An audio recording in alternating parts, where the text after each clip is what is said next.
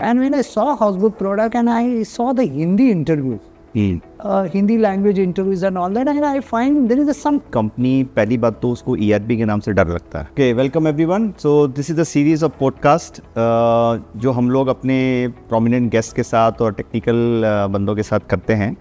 तो इस सीरीज़ में होस्टबुक्स की जो सीरीज़ है उसमें हम लोग आज गिरीश जी से बात करेंगे. So welcome Girish ji. My name is Girish Belekar. I've been in this industry for more than 20 years, 20 plus years of experience. Basically, I worked for a different domain. Specifically, I can tell you about I worked for a manufacturing domain, then specifically custom clearing, freight forwarding, transportations, and then I can talk about specifically manufacturing. I worked most, but others domain as well. I worked on that. I started my career a company called Shamvi Glastic Private Limited, wherein basically I learned specifically for the manufacturing concept, bill of material, then GR and all those concepts, because it is like my first company experience and all that. So that experience counted, and based on that I got an opportunity for a companies like Indoco Remedies. It is a pharmaceutical company. Here the difference is that in manufacturing you have to work on starting from the GRN and all that. But pharmaceutical, there is a concept of cost accountancy also. Correct. So there are two aspects are there. One, it is normal accounting, and another is a cost accounting. Correct. So doing that particular experience, I got an exposure for other things like accounting is there, then tax, and all those areas are which we covered during that. And I was basically joined as a programmer, analyst programmer out there. Yeah. So based on experience, we need to support basically to all the internal users, not the external users, but all internal. And it's a big company, good name in pharmaceutical industries. I've been work for 4 to 5 years. Then I basically moved to a company called Patel Roadways Limited. Yep. That Patel Roadways, they are into the basically a transportation business and all that. I joined as an executive, and again the same thing. The programmings and understanding the user's requirement and implement that particular. So being an experience, user experience and user satisfaction level, solving their problems, I got an encouragement, to do that. So I like that particular profession, all that. Very nice. And on that basis, I got, opportunity there, or I've been basically, promoted as a manager IT there based on my experience. And then there was an industry, there time, a lot of peoples were working on Visual Basics and other ASPs and all that. So I got an exposure there, and there was one company called PRL Web Express, who basically does the transportation implementations and all that. So I got an opportunity to work there, and I moved to the web development and all that. Oh, very nice. So that all my programming experience, long 7 to 8 year experience, considering manufacturing, pharmaceutical, transportation, all. Excellent. Later on, what happened, I got an opportunity as a career aspect. I wanted to, I wanted to head of the department. So that aspiration comes in my mind saying that, I want to do something best in the career. But that time, whenever head of IT is then, so they need software as well as the hardware experience. Yeah, absolutely. So that is very good because technical background, it is must and all that. Yeah. So then I got an opportunity to work for a Tata company, Tata Diesel. So Tata they are very process-based company. If you join any company, Tata's is the number one. They are process-based companies. Yeah. So they were implementing SAP, Oracle Transport Manager. So these are the big ERP they were implementing. And I joined as a basically, IT basically manager there, but majorly on the infra support. Yeah. So there I basically got an exposure to work on implement all those big OTMs and software. And the TCS was the technical partner on that time. So I used to support them, purchasing a lot of hardwares, HP related hardwares, then bandwidth that is required because they were into the warehousing. तो होस्टबुक्स में आना कैसे हुआ आपका? Housebook, basically, all my experience, it is in Mumbai only. Mumbai based of that. And being that experience, I got an opportunity to work on a different company, but I never moved from Mumbai. So when basically Bishwajit sir has connected me on the LinkedIn and all that, so he told me that, based on, I saw that particular product. And when I saw Housebook product and I saw the Hindi interviews, Hindi language interviews and all that, and I find there is some connect with the users while seeing of the software. Because a lot of implementation I've done, they are very good in the operation part of it. But when they come into the taxation part, when they come into the TDS part, when the government complexities basically. Compliance related part, there basically most of the implementation got failed. Even I am talking about big, big implementation like SAP and all that. They all do operation part. When they comes into the India compliance, then there is I am not getting that particular. I cannot able to convince the people. Yeah. But when I saw the interviews of Hasbooks, that Hindi interviews or English interviews, they are through with that. They already have a compliance issue. So in a click of button, all your GSTs, all those data can be compiled and you can file the in a government basically the portal and all that. That's something which we'll talk later during the podcast. Correct. So मैं आपसे कुछ एक questions specifically to implementation पूछना चाहता हूँ. Generally क्या होता है कि कोई भी कंपनी, पहली बात तो उसको ERP के नाम से डर लगता है, ठीक है. और ERP उसके लिए ऐसा लगता है कि यार ये 1.5-2 साल का 3 साल का प्रोसेस है. हाँ. मेरे को बहुत सारे रिसोर्सेज डालने पड़ेंगे, बहुत सारा पैसा खर्चा करना पड़ेगा. हाँ. एंड मुझे उसके बाद भी पता नहीं है कि मैं उस ERP को इम्प्लीमेंट कर पाऊँगा नहीं कर पाऊँगा.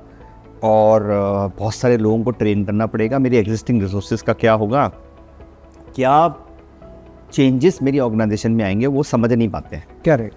आपका क्या एक्सपीरियंस है, बिकॉज आप होस्टबुक्स के साथ काफ़ी इम्प्लीमेंटेशन कर चुके हो. करेक्ट. आप ज़रा थोड़ा सा हमारे व्यूअर्स को समझाइए कि कैसे हम लोगों ने, होस्टबुक्स ने उस पर्टिकुलर जिंक्स को और उस पर्टिकुलर मिथ को तोड़ा है कि किसी इम्प्लीमेंटेशन को जल्दी भी किया जा सकता है. तो थोड़ा उस पर रोशनी रखें.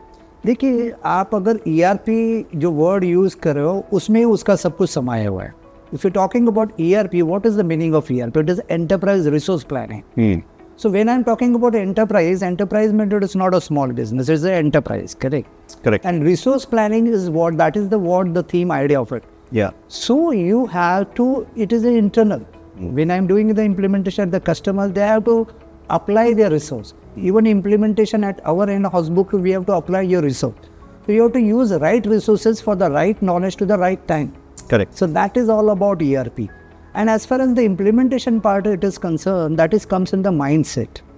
So what happened, there should be a positive energy to be applied in all the customer place. Like what happened, most of the time people have worked on the, they are okay with their old software. So like say I can give an example, Tally and all that, correct, other softwares are. आप हमारे Hindi audience के हिसाब से भी थोड़ा सा.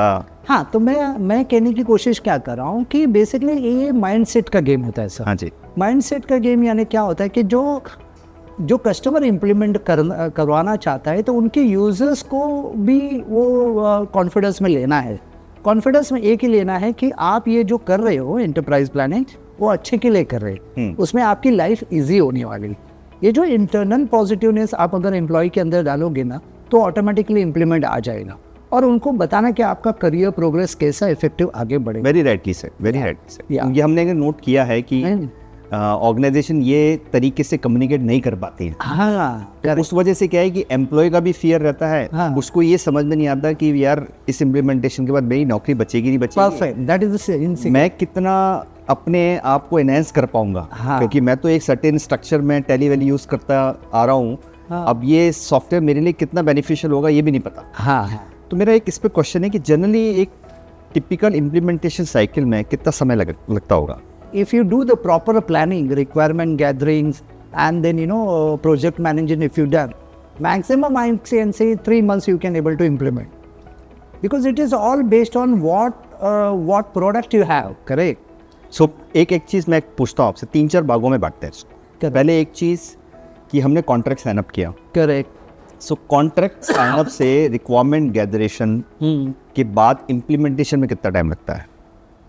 That's what I am saying, that 3 months is enough. 3 months. 3 months is enough for training and UAT और go live में कितना टाइम लगेगा? Training UAT I can training I can say maximum 15 days. Okay. Because 7 days are enough, but if there are doubts and everything, then the 15 days enough for the training. Then after that, major process is the migration part of it. Migration of data, closing balances and all that. So that it takes some 15 days. So 1 month that is migration training part of it is concerned. Another month is basically for the UAT and all that. So UAT, it is based on the user expertise of the customer side. If you understand the product very well, then you can do it within 15 days also. So I'm saying that 3 months is enough for any implementation. So आप कहते हो कि contract sign up से finally go live होने में 6 महीने से ज़्यादा का टाइम नहीं लगता। 6 तो मैं बहुत ही ज़्यादा बोल रहा हूँ, मैक्सिमम हो मैक्सिमम बोल रहा है। सो अगर आपके एक्सपीरियंस में होस्टबुक्स ने मल्टीपल इम्प्लीमेंटेशंस किए हैं, कोई एक्सपीरियंस आप कस्टमर का नो नेम बेसिस पे बताना चाहेंगे जहाँ पे कॉम्प्लेक्सिटीज़ आई थी और किस तरीके से आपने उन कॉम्प्लेक्सिटीज़ को एड्रेस किया और इम्प्लीमेंटेशन को सक्सेसफुल किया? आप इंडस्ट्री का नाम ले सकते हैं बट कस्टमर का नाम आप चाहें तो हाइड कर दीजिए क्योंकि कस्टमर की सेंसिटिविटी होती है। एक कस्टमर का नाम नहीं लेता हूँ मैं प्रैक्टिकल चैलेंज आपको बताता हूँ। हमने तो बहुत सारे इम्प्लीमेंट किए हुए हैं, तो उसमें प्रैक्टिकल एक ही चैलेंज आता है कि हम कस्टमर को कन्विंस क्या करते हैं। जब भी when we basically taking our product और गुड प्रोडक्ट, हम कन्विंस करते हैं कि बेसिकली आप जब भी जाओ, आप अप्रैल में जाओ या mid of the like mid June में जाओ या ऐसे जाओ, यानी quarterly you can plan for that. अच्छा। And I am basically telling that what you can add if you adopt for a new software, okay, so you adopt the business flow, not the copy of that particular product. Very nice. हाँ, so very nice. बहुत सारे लोगों का ये mindset मैं clear करवाता हूँ कि सर आपने नया सॉफ्टवेयर लिया है, नया चीज़ लिखा है, तो उसको अडॉप्ट करना सीखो। आप अगर पुराने सॉफ्टवेयर की तरह इसका डुप्लीकेट कॉपी बनाना है तो फिर आप हमारे पास नहीं आइए। हाँ, हम आपके लिए, किसके लिए, तो हम आपके प्रोडक्ट, आपकी जो परेशानी है उसको रिजोल्यूशन, उसको सॉल्यूशंस देने के लिए आए। Very right. So that is the number one. And then I am saying कि basically, you know, major challenge is about the migration part. So normally I tell to customers saying that, suppose you wanted to go live from the April, give me the closing balances of the year. Very okay. Give me the closing balance of inventory and then start doing entries in from our software from April onwards or maybe July onwards. Okay. If you take the legacy of 3 years data or 1 year's data, that will be a challenge for us.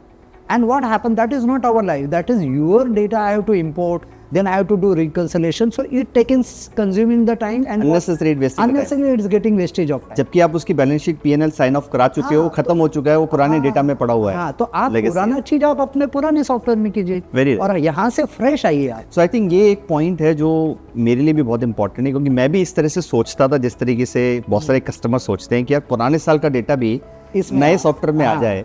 But मुझे लगता है कि अब शायद मैं वो बंद कर दूंगा बातचीत करना उस मैटर पे, क्योंकि मुझे लगता है कि ये ना फ्रेश स्टार्ट है, फ्रेश स्टार्ट करो, ओपनिंग बैलेंसेस ले लो, पुराने को चेक करना है, पुराने में चेक कर लो जाके। हाँ, करेक्ट। चाहे वो टैली है, चाहे वो SAP है, कुछ भी है, क्योंकि सब लोग अपना डेटा तो देते ही हैं। डेटाबेस में पड़ा हुआ है, बैलेंस शीट बनी हुई है, P&L बना हुआ है, लेजर्स आपके सारे अवेलेबल हैं।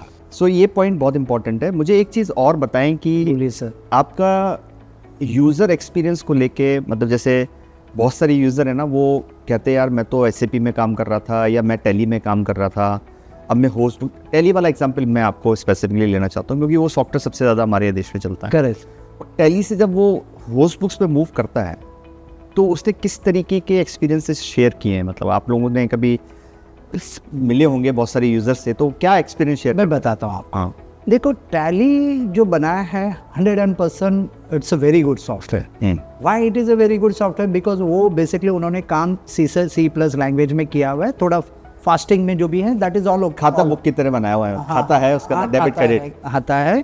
और क्या होता है कि कोई भी यूज कर रहा है, BCom करो, 10वीं पास करो, 12वीं पास करो, all can able to use that. So not that much training is required. That is all enough. But the challenge here it is what, as far as when you move to the new software and all that, basically you know वो process based होना चाहिए। जैसे क्या tally क्या है, वो क्यों comfortable बोलते हैं? क्योंकि वो कुछ भी कर सकते हैं। बैंक डेटा एंट्री डाल दोगे, बैंक डेटा एंट्रीज डालो, वहाँ पे फ्री नहीं है, आप इनवॉइस करो। मैं सिंपल एग्जांपल करता हूँ कि मेरा एक कोई कस्टमर था, वो मुझे क्या बोल रहा था कि बेसिकली उन्होंने कुछ इनवॉइस एंट्री कर ली, अभी उस इनवॉइस अगेंस्ट के पेमेंट भी आ गया, तो इनवॉइस जब तक था वो जो भी है और उसके अगेंस्ट पेमेंट भी आ गया और उसका ऑपरेशनल एंट्रीज भी हो गया, तो they want that I wanted to edit that particular invoice there itself. So I said it is not possible. As process, if you wanted to edit any invoice, you have to cancel the payment first. And once the payment is cancelled, then you can do the invoice. So that process to be followed. और वो invoice की भी history आपके पास रह जाएगी क्योंकि आपने वो इनवॉइस को भी कैंसिल किया है। तो कल को GST की कंप्लायंसेस की बात कर रहे हैं तो कोई डिलीशन नहीं है। हाँ, आपका डेबिट क्रेडिट दोनों उस इनवॉइसेस का वहाँ भी आ रहा है सिस्टम। हाँ, तो which is a good point. तो वो कहते कि नहीं हमको टैली में ये सब करवाना, तो हम एडिट कर सकते हैं। Most of the accounts people are saying that कि I wanted to edit the major compliance के इशू है ये तो। हाँ, अब वो अकाउंटेंट सीखने नहीं चाहता कि यार बेटर प्रोसेस पे जाने का मतलब क्या है कि ऑटो उसको कैंसिल करो, एक फ्रेश इनवॉइस जनरेट करो उसके बाद उसका पेमेंट उसके साथ एपी मैच कर AR मैच करके क्लोज कर दो आप। करेक्ट। तो हम हाउसबुक एज अ हाउसबुक ये प्रोसेस उनके माइंड में डालते कि हमारा सॉफ्टवेयर जो है वो प्रोसेस बेस है। सर आप ये देखो, मेरा तो बहुत एक्सपीरियंस है टैली के अंदर काम करने का, और मैंने ERPs में बहुत सारे इम्प्लीमेंट किए हुए हैं। तो टैली के अंदर मतलब लोग क्या करते हैं कि बैंक पेमेंट चढ़ाते हैं और चढ़ा के वो पार्टी को क्रेडिट करेंगे, बैंक को डेबिट करेंगे, एंट्री चढ़ा देंगे। Correct. Bill to bill mapping ही नहीं करते हैं। हाँ। तो उनको जब भी AR निकालनी है वो एडवांसेस भी दिखाएगा और AR भी दिखाएगा। तो वो मैपिंग तो चलती नहीं है। करेक्ट। जबकि मुझे लगता है कि होस्टबुक्स के अंदर कोई ना कोई बेटर प्रोसेस होगा। अगर आप वो उस प्रोसेस के बारे में बताना चाहेंगे मुझे। प्रोसेस बेस मैं यही बताना चाहता हूँ कि हम उनको यही बताते हैं कि जो भी ऑपरेशनल एंट्रीज आपने एक बार की है, and if you wanted to reverse and anything you wanted to do, you can have all facility, you can do that. But once that operational entry go to the finance, then you have to follow the process. Process means what?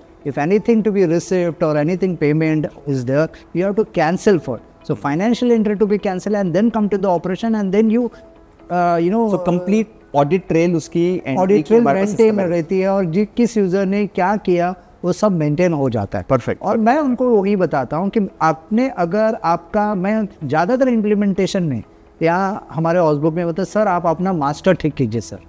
आप एक बार अपना masters आपने बराबर चढ़ाइए ना तो आपका transaction flow होने वाला है और आप प्रोसेस फॉलो करो. सो बेसिकली आप अगर देखोगे कि कोई भी लेगेसी सिस्टम से हम जब मूव करते हैं तो उसका सबसे बड़ा एडवांटेज होता है कि उसके मास्टर्स क्लीन अप हो जाते हैं.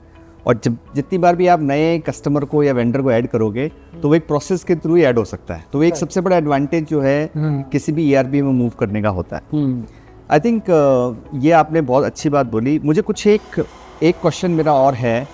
मुझे कुछ एक आप स्पेसिफिक फीचर्स कोई ऐसे बता सकते हैं जो होस्टबुक्स किसी भी लेगेसी सिस्टम से ज़्यादा बेहतर काम कर सकता है, जो चाहे तो बैंक रिकन्सिलेशन से रिलेटेड है, चाहे वो GST फाइलिंग से रिलेटेड है, चाहे TDS फाइलिंग से रिलेटेड, कुछ ऐसी चीज़ें हैं जो आप मुझे या हमारे व्यूअर्स को बताना चाहते हैं? हाँ, मैं ये बताना चाहता हूँ कि in terms of that sort, see what happens in any ERP implementation there are two parts. One it is an operational and one it is the accounting. Okay. और मेरे जो 20 साल का एक्सपीरियंस मैंने देखा कि ऑपरेशनल जो सॉफ्टवेयर है, यानी किसी का कोई भी, किसी का custom clearing freight forwarding business हो, किसी का मैन्युफैक्चरिंग बिजनेस हो, तो ऑपरेशनल एंट्रीज आपकी कैप्चर होती ही है क्योंकि उस तरह से हम लोग सॉफ्टवेयर डिजाइन होते हैं. तो वो डेटा एंट्री वो कर सकता है और वो प्रॉपरली इम्प्लीमेंट हो जाता है. बट मैंने देखा है कि वो सॉफ्टवेयर इम्प्लीमेंट 100% तभी होता है जब आपका फाइनेंस रिपोर्ट आता है. क्योंकि मैनेजमेंट क्या चाहता है, मैनेजमेंट ये चाहता है कि मेरे यहाँ पे 10 एंट्रीज हो रही है, मुझे कंप्लीट प्रॉफिटेबिलिटी एक बकेट में नहीं मिल रही है. तो he wanted to see the overview, he wanted to see the dashboard. Okay. So that kind of, he wanted to see in a click of a button. So that facility is available in the Housebook application. Very nice. Okay. So in that what happened, whatever application was entered, the transaction, the data automatically goes to in the, basically all the GLs. Because for every transactions and every customer or vendor it is there, in the background it is GL is mapped. Yeah. So when the GL it is mapped and accordingly groups is also mapped. The CO is inbuilt. You don't have to do anything. So everything is going seamlessly. So it is going smoothly, all the transaction flows and you can directly do the trial balance and balance sheet up. और उसके बाद data analytics किसी भी level पे किया जा सकता है बिकॉज़ डेटाबेस एक कॉमन है. किया जा सकता है. दूसरा एक चीज है, मेजरली मैंने जो भी कंपनी में, I have work for an IT companies also. Okay, I don't want to name it, but I worked on an IT company. So the major challenges about your GSTR1 report, GSTR2 report. We have that company is having all the reports, but what happened again, they have to download and they have to rework for the government. I can say या तो upload भी करना पड़ता होगा उनको. रिकन्सिलेशंस automatic नहीं होंगे, नहीं होता है. तो ये सब चीज हाउसबुक ने क्या किया, एज अ प्रोडक्ट करके हमारे पास है. Very nice. क्यों, when you plug in that particular products, automatically all data will flow to this government side and you are through with that. मैंने तो सुना है कि होस्टबुक जो है वो GSP प्रोवाइडर्स है. Yes. Very nice. सो इसका मतलब आपने डायरेक्टली उससे लिंक कर रखा है. Yes. Okay, excellent. I think Girish ji, मेरा एक बहुत अच्छा सेशन रहा आपके साथ. मुझे बहुत मज़ा आया आपसे बात करने में. आपने वो कुछ ऐसी टेक्निकलिटीज़ के बारे में बताया और किस तरह से कॉम्प्लेक्सिटीज़ को होस्टबुक्स में रिजॉल्व किया है. एंड मुझे लगता है कि मेरी जो जर्नी है वो अच्छी होने वाली है और मेरे कस्टमर्स को बहुत अच्छा एक्सपीरियंस मिलने वाला है over a period of time. So thank you very much for a lovely session today, and I really appreciate for your expertise which you are giving to Hostbooks. यहाँ पे हमारे साथ एक गिरीश जी जो यहाँ पे हेड करते हैं, और उन्होंने एक शानदार एक्सपीरियंस अपना शेयर किया है, जो उनका पास्ट एक रिच एक्सपीरियंस है जो IT इंडस्ट्री से रिलेटेड रहा है, और उनकी जो फंक्शनल एक्सपर्टीज़ है जो हमारे लिए काफ़ी हेल्पफुल रहेगी। और होस्टबुक्स की जर्नी के अंदर उनका जो एक्सपीरियंसेस रहे हैं और जिस तरीके से उन्होंने डिफरेंट सॉफ्टवेयर्स पे इम्प्लीमेंटेशन करके काम करके और अब वो होस्टबुक्स के अंदर उसको पूरी एक्सपर्टीज़ को यूज़ कर रहे हैं, आई थिंक वो जर्नी बहुत सक्सेसफुल रहने वाली है। मैं उनको बहुत बहुत धन्यवाद देता हूँ कि आज की मीटिंग के लिए वो बैठे हमारे साथ और उन्होंने अपना कीमती वक्त दिया। धन्यवाद। Thank you sir.